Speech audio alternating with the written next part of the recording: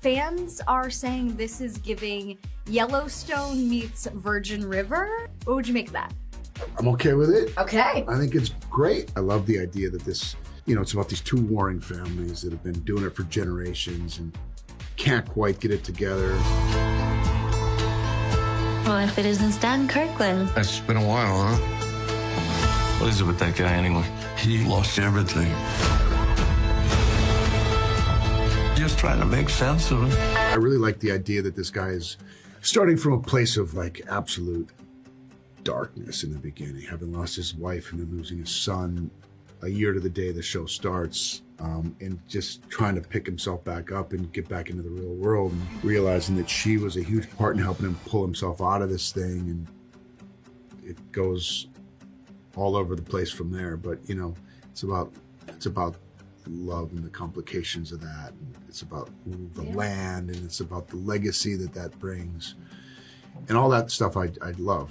It's about watching all these characters find their purpose. It's about all the more complex human relationships, these two especially, with the guy who just can't seem to make a move, or, and she's just like, I know I can save him. I know I can change him. I know if I just shake him hard enough. And, you just got to learn those lessons. And I also love that, these are characters that are a little bit older and they've lived some life and they're still learning these lessons. And I think that's just so honest and real and relatable. And I love that about it. With all that being said, I mean, the show really has everything a part of it. What was the selling point for you that you're like, I have to be a part of this project? For me, it was. I just really related to the idea that his family, this land, and the legacy and all that stuff. I just so related to that guy. I think on so many levels that I just wanted to be a part. And I had never done anything like this, so I wanted to get back on a horse and run a ranch. I was at my place when I talked to April for the first time. I was totally in this mode of who this guy was, and I was like, yeah, I love the script and let's do it. Almost art imitating life in a way. It was, and I think that there's, I love the fact that he was so broken, and how do you pull yourself out of that? The idea of everything sort of starting from that point, and how do you dust yourself off and get back in the saddle? I love the idea of telling a story about a woman coming into her own power that's not necessarily in her 20s, but she's like, I still know women my age that are still trying to figure it out and trying to, learn how to recognize patterns and know how to step out of those patterns and know when, am I falling in love with potential here, or am I in love with the person that is in front of me? Am I trying to save somebody, or am I really am I lying to myself? And so I really relate to that. I relate to her. I've been through those things throughout my life, those dynamics, the push-pull dynamic, the will he, won't he, if I just love him enough, maybe he will. And I think that's really relatable. And I love that, it's not your typical outcome. She does find her power, and she does finally, eventually choose herself.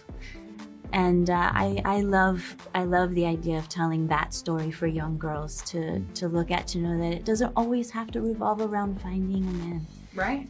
Yeah. Or a man to save you. Yeah. I love that you hit the nail on the head of like where I'm at in my life of like, we're just trying to figure it out. Like, I'm ready to move to a ranch. I want my horses. I want land. Still want like the bright lights of Hollywood. You have the best of both worlds. You're living off the grid. Mm-hmm. You can still have this life as well. Is this kind of the best case scenario for you, where you can have both? Well, I love it. I mean, maybe it's not for everybody, but for me, I think when I got this place 16 years ago, there was nothing there. It was just empty. And then I got the other half of parcel became available, and it was just a hunting shack with no electricity or water on it. So then I had something. And then the one next to that went up for sale, but they were all so reasonably priced compared to what is here in Los Angeles that I was like, I have to do it. This is what I really want, because then I can just sort of shape it and do what I want. So for me, it's just giving me purpose as far as what I want to do, what the my off time, I want to be out there building things, teaching my kids how to, for me, it was like a great counter to what, I don't even own a lawnmower in Los Angeles. Out there, I'm on a tractor. It's like two different worlds. Right. And I think it's so good for my boy and my baby boy now too, to just start to learn how to do some of the basic things that I think we've either forgotten or never learned how to do. And I never learned how to do a lot of this stuff, but I'm pretty good at it. I was going to say for Axel, growing up in Hollywood, in this state, in this, in the world of the bright lights of Hollywood, how much of a change has this been for him? And is he loving it? He loves it out there. He really does. He's got a group of friends. There's like 6 or 7 boys his age, which is strange because it's not a very big lake and there's not that many people out there. So he looks forward to it. We have soccer tournaments on the beach. We, jet skiing and tubing.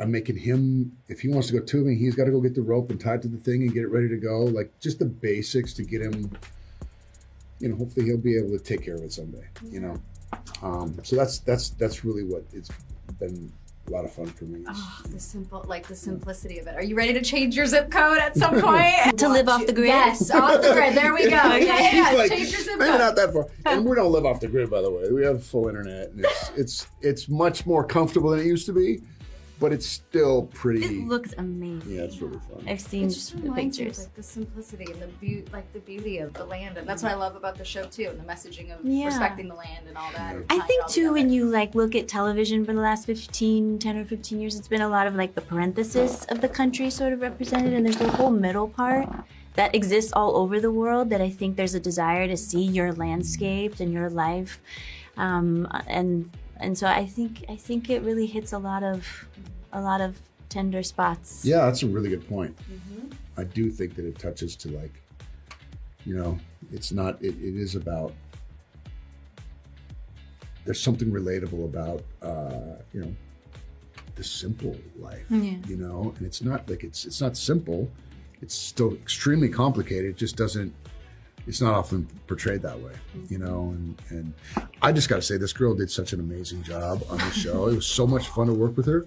It really was, because this could be one thing or it could be something else, and we really both worked at making this something else. Yeah, Because there's a complexity to this relationship that it was really fun to work out. Okay, how do we make this so it feels really real and people are gonna go, oh my God, I've been there. That dude needs to figure his shit out, because he's, whatever it is, we really talked about that stuff and it made it a lot of fun.